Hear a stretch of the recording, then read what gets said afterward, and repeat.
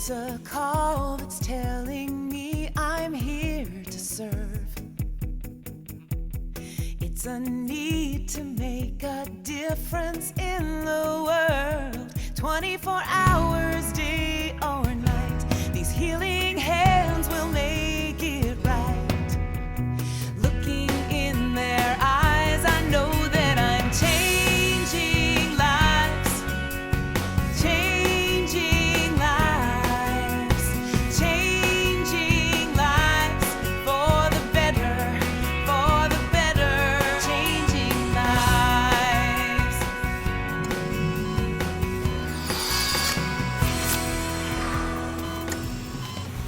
And hi again, everyone. Jim Knox along with Candace Kruger, and welcome back to another edition of the Best Docs Network, featuring some of the best doctors in the entire Houston area that help change people's lives. Yes, that's right. Like our first doctor, it's gynecologist Dr. Maurice Leibman.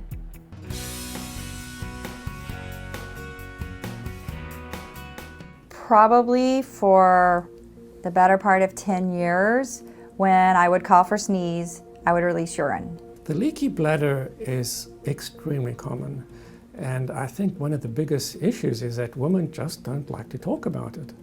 They think they have to put up with it, or they're somewhat reluctant to talk about it in the office to their doctor. It finally got to the point where it was interfering with stuff. I had to carry extra underwear and clothes to work, or I'd have to go home in the middle of the day, and it was I don't think anyone ever noticed, but I felt embarrassed and uncomfortable, and that was what finally made me decide to get tested to see if my problem was due to the incontinence that this would fix.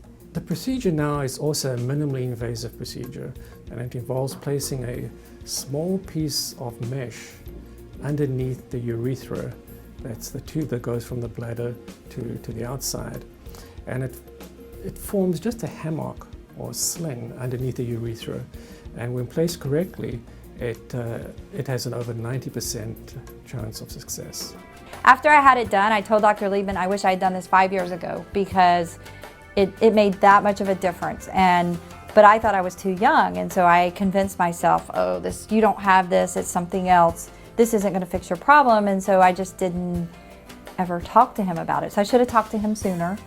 The recovery is also just wonderful. It's done as an outpatient. This procedure is still done as an outpatient in a outpatient facility or freestanding outpatient clinic, and the patient will go home, again have something to eat, maybe take some pain medicine, but very little discomfort associated with it. I sneezed, nothing, not a single drop, and it's been 2 years now. I mean, it's completely changed my life. Very little discomfort associated with it.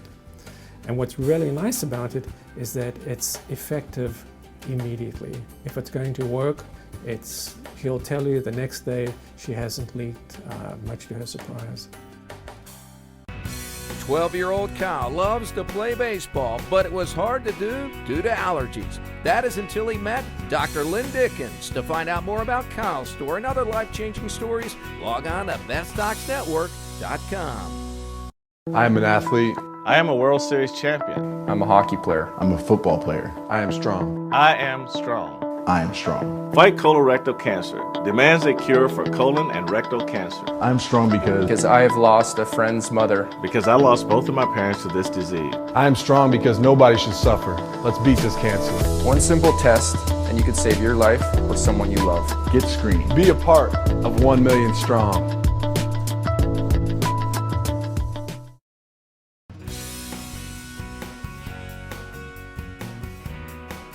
One of the things that I learned early from Dr. Tabar, who was the person in Sweden who did that 2-county trial, and that was my first introduction to real quality mammography and how it should be done. But I learned that we needed to work together and you needed to understand the pathology. So immediately the first benefit was to work closely with the pathologist. Dr. Rose and Dr. Sutton enticed me to go to a meeting out in California where Dr. Laszlo Tabar was speaking on mammography and sophisticated ways to diagnose early breast cancer. And to say that I got hooked by Dr. Tabar would be an understatement. And so we came back in late 1995 and determined we wanted to form a comprehensive breast center. At the time that we started this format, we were really the only area in Houston, outside maybe the medical center itself, in which this was a routine sort of event of meeting on a weekly basis with all the different physicians involved with the breast cancer diagnosis and treatment planning. It's important that when we find an abnormality, that the radiologist understands the pathology, knows what to biopsy, when to biopsy, and then can communicate that back to the referring physician, communicate it to the patient, and communicate to the pathologist what our concerns are. I think the most powerful thing that we have been doing for close to 20 years is the weekly conference, and it's dedicated to women who are recently diagnosed. And so it takes an element of commitment on all the different parties involved, but at the same time, when you see the benefit of that as far as our ability to do a much better job taking care of the patient, it's worth every second. So it really means working together as a team, working with your breast surgeons, working with the pathologist, working with the radiation oncologist, the plastic surgeons, and we work as a team.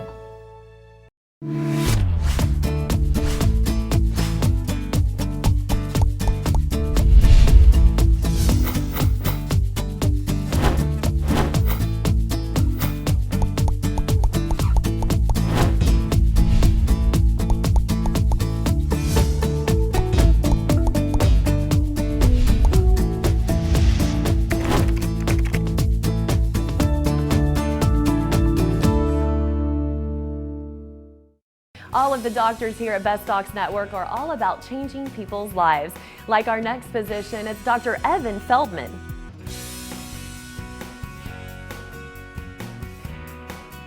Every woman is, a little bit different on one side than the other, but after I got pregnant and I had my daughter, I was breastfeeding her, and she would only take from one side, which was my left side. I guess because of that, it made that side so much smaller. Mandy came to us initially asking for breast augmentation, and after doing an exam and taking photos, it became obvious that she had a really big discrepancy between her breasts.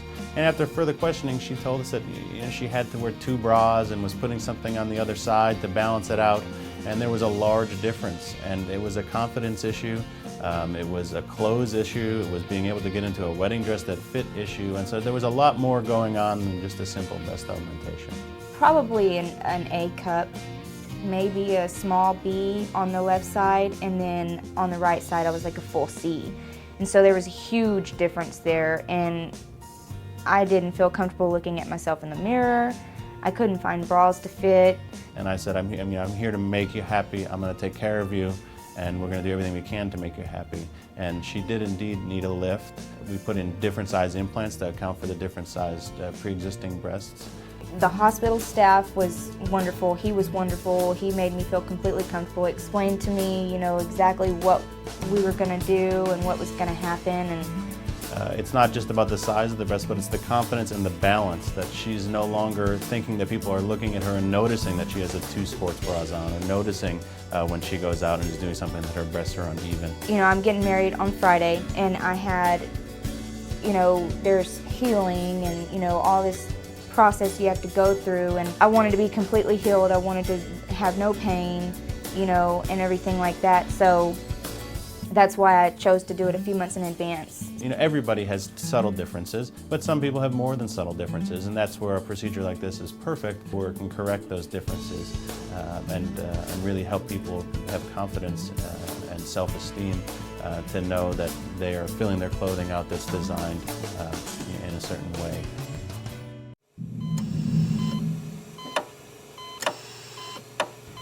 You hear a lot about sleep apnea. Well, sleep apnea is different than snoring. Snoring is just when you make a lot of noise, but your oxygen levels don't fall to dangerous levels. Sleep apnea is when your oxygen levels do fall, because not only do you snore, but you gasp. Basically, you snore so bad, or your airway closes so much, that your oxygen level goes down, and your body therefore raises you up into a lighter level of sleep so that you don't die from that low oxygen level. That's when you chortle or gasp and you start breathing well again. Sleep apnea is a bad disease. It happens a lot in obese people, people with thick necks, and it can result in a far higher frequency of auto accidents. It can result in hypertension, low testosterone levels, depression, and we think even certain cancers. Now, how can you tell if you have sleep apnea? Well, ask your bed partner if you gasp. That would be suggestive. Ask your bed partner if your snoring is worse and worse. And you can get a little finger test done by your physician where you wear a little monitor on your finger overnight and see where your oxygen levels go throughout the night. If your oxygen levels go low, that's sleep apnea.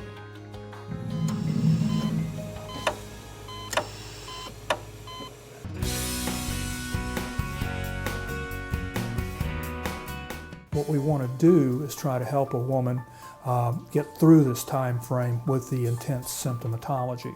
According to Dr. Meredith Morgan, intervention and management needs to be tailored to the level of severity. For mild hot flashes, home remedy self-management techniques are effective. For some women, yoga will work. Other women, strenuous exercise.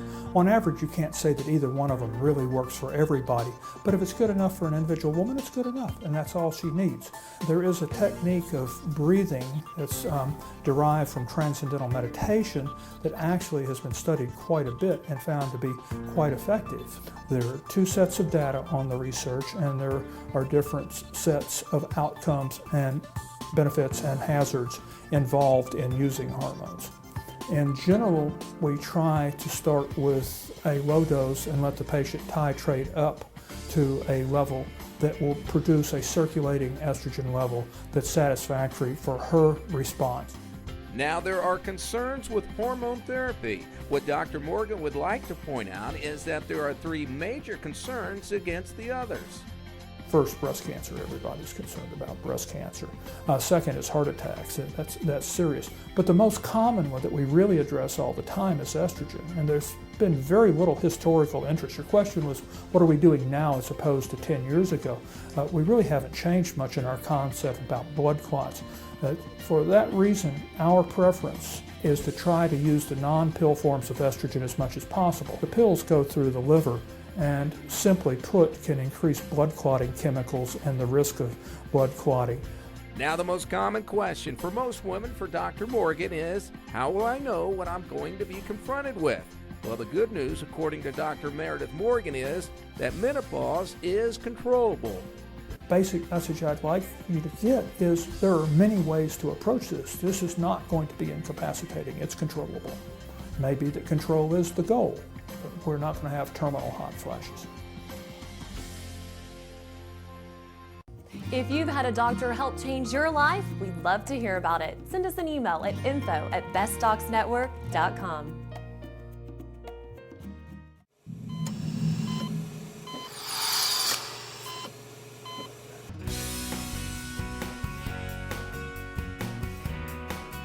The symptoms is I had headaches, a lot of congestion, infections in the throat, a lot of mucus in the back, earetics, so much stuff going on. Janice Martinez is a patient who came to my office complaining of nasal obstruction, facial pressure, constant headache. She has been treated under multiple medication, including antibiotics, antihistamine, nasal spray, without really, without any good success. I went on, but then I started getting infections, and I was on antibiotics for 4 months in a row. They kept giving me, so I was like, this is not good. So when we examined Miss Janice Martinez, we found that her natural sinus drainage pathway, it's obstructed by chronic inflammation, chronic infection. So we offer her the option of doing balloon sinuplasty. The best part was the breathing. I could breathe again. The headaches, little by little started going away. Now when I sleep, I would breathe real loud. My husband will always say that, and I don't do that no more. So when you have a chronic sinus disease, that passage, it's obstructed, it's narrow by chronic inflammation, chronic infection. So what we do is we put a small balloon in the passage and we open up, you inflate the balloon and open up the natural passage, preserving the normal anatomy. and I don't sound like I have cold all the time. Before I was like sick all the time. And now I'm doing great. I could go out, do everything, and I feel good. One of the advantages is the quick recovery. There's really no downtime to balloon sinuplasty. The procedure can be done in office under local anesthesia or the topical anesthesia with some nasal spray. There's not really a recovery time for balloon. The patient can go back to her daily activity the next day, and compared to a traditional surgery, which the recovery can last to a week. For more information on any of the fine doctors you've seen on today's show, just visit our website, bestdocsnetwork.com. Right now it's time to move on to our next best doctor, one of the best podiatrists in the Houston area. It's Dr. Gabriel Maislos.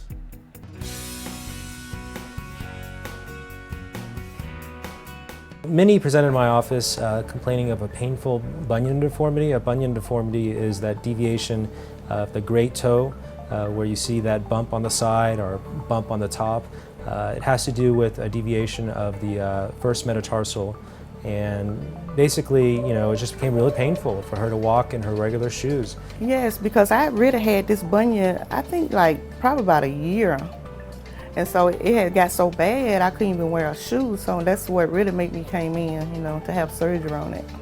The next step was for us to take an x-ray and to evaluate her foot and determine what kind of surgery would be appropriate. So after looking at an intermetatarsal angle, we basically decided that an Austin bunionectomy would be the best procedure. And so that's what we ended up doing. After I had the surgery, I felt much better, no pain, it just felt better. And I was so happy, to get it done. I mean, as long as you address the underlying etiology, the cause of it, then you're not going to get a recurrence, and it's wonderful. I mean, people suffer from painful bunions all the time. It can be painful to the point that you can actually develop an ulcer at the side bump, because first it gets red, and next thing you know, you have a wound. And that can be problematic, because then you can get an infection to the bone. I mean, it's not sore or nothing, it just feels better. And so he really do a good job, and he makes me feel comfortable. I mean, he's a real good doctor. Bunion surgery has a bad knock to it.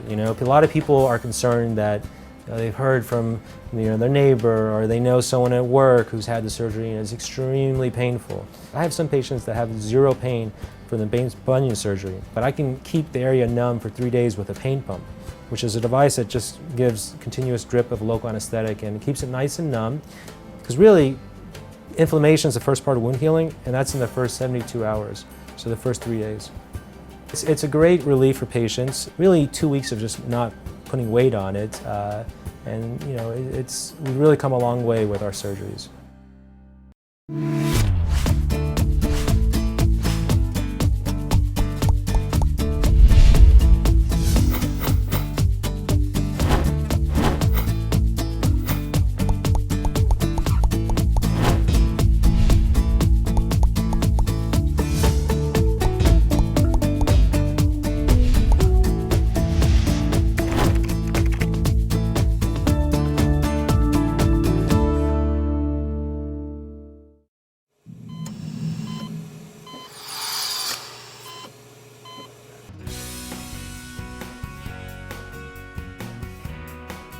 Dorothy, she had multiple teeth that were decayed, and she had failing restoration. So she had a history of having multiple dental procedures on her natural teeth, and these restorations had subsequently failed over time, secondary to wear as well as decay. I came to see Dr. Metz, and I was, of course, just knocked out. My heart went, he was so nice and encouraging. He said, yes, I think we can help you. At 90 years old, she had all her lower teeth removed and placement of 4 dental implants, and also placement of an immediate prototype, so to speak. So she had fixed teeth on the day that her teeth were removed. Right, I had no problem whatsoever. It worked. I could eat and chew, and I looked normal. And I was just perfectly happy with it. Her situation is not unique. There's many people in her age group that just by virtue of their age, their teeth are beginning to fail. Many of them are under the misconception that they're too old to have oral surgery safely. Although by virtue of their age, that age bracket, we do more implants in that age bracket than any other age bracket. So they do tremendously well with it, just like somebody much younger. And also their health improves afterwards.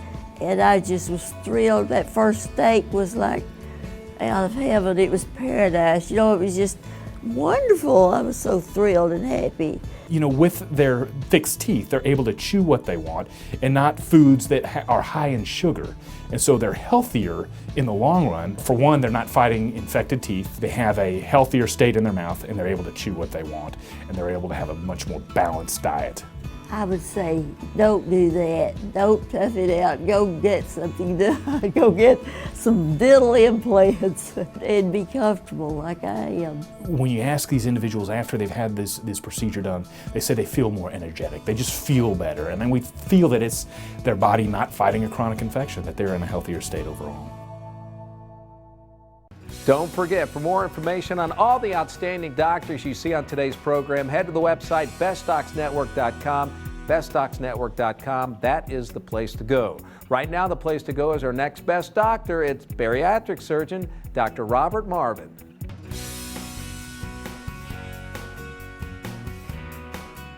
I decided to come see Dr. Marvin because I struggled with weight my entire life. Well, Amanda's a fairly young patient. She's in her mid-20s when she had the surgery. She did meet the National Institute of Health criteria for weight loss, which means that her body mass index was 41. She was morbidly obese. She wasn't manifesting too many other medical problems related to her weight yet, but again, she's on the young side. So she had some lower extremity swelling and those kind of things. There's tip-offs that things aren't quite right. I was very uncomfortable. I was like one of the only heavy people in my group of friends. My husband is very lean and active, so it had a lot to do with our lifestyle. And I wasn't able to go to the pool, and I didn't want to wear sleeveless shirts, or when my friends went out to the club, I didn't want to go to the club. And so it had a lot to do with my age, and I wasn't able to live life. Amanda's lost from 240 pounds down to 128.5 pounds, and that's a very significant weight loss. That's great. That's a very good outcome for a gastric sleeve. The recovery for me was pretty simple. I took 2 weeks off of work. I could have gone back within 5 to 7 days. I get emotional when it changed my life. Just wearing sleeveless shirts, being able to dress like everybody else, being able to spend time with my husband and go to the pool and just be active. A lot of people started to talk to me again because I wasn't friendly whenever I was heavier. I was angry, I didn't want to do anything, I was like a hermit. So my responses, they want to know how I did it, and I'm very open about how I did it. I was like, I had the surgery. I couldn't do it myself. I could not do it without the surgery. Could not have done it. My patients, since obesity is a systemic disease, when we cure it for them, they get better on so many fronts. It's nice to see how they're doing afterwards. They really are changed people. I am a World Series champion. I am a husband. I am an advocate. I'm in the fight for colorectal cancer. Because I lost both of my parents to this disease. Because of my friend who died 120 days after his diagnosis. As a survivor, I want to spread the word so everyone out there knows the importance of early screening for colorectal cancer. One simple test can save your life or someone you love. Get screened. Be a part of 1 Million Strong. We are 1 Million Strong!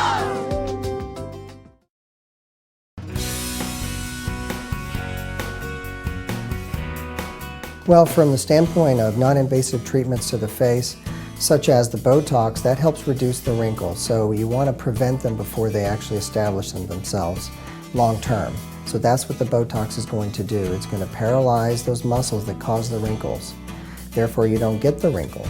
Botox is more for like the fine lines that I have around my eyes or my forehead, or especially, in the zone where we make the little snooty face. And over time, the creases get worse. In addition, anybody who has the aging process, which is the natural creases or folds in their face, that's where the filler can come in. The filler I come in for my lips, just to soften the area right here where it starts to wrinkle. That didn't happen until after my mid-30s. I started getting a little fine lines around my lips. So she came in, it's really not to have big lips, it's just to soften this area. And in my folds right here. There are different types of fillers on the market now. The most common is a hyaluronic acid type filler, which means it is a protein that's normally found inside the skin.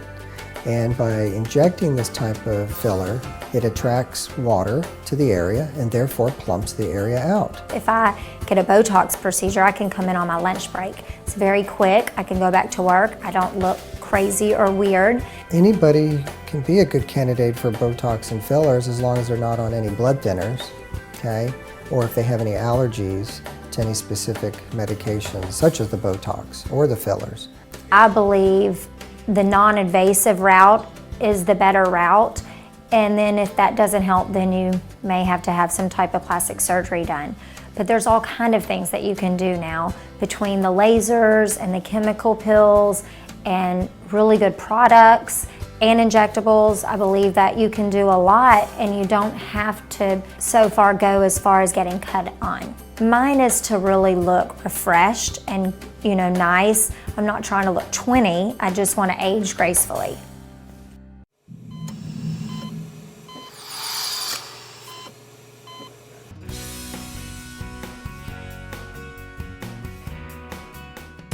My daughter Audrey was having really bad eczema, covered from down her knees to her feet, all over her back. It was completely covering her body, 40%. And she'd been in the hospital twice, multiple doctor's visits, steroid creams, anything you could think of to get this to go away, it was not working. Atopic dermatitis or eczema is one of the most common conditions or disorders of the skin that we see in children. It usually presents itself as intense itching in areas of skin that are red and inflamed.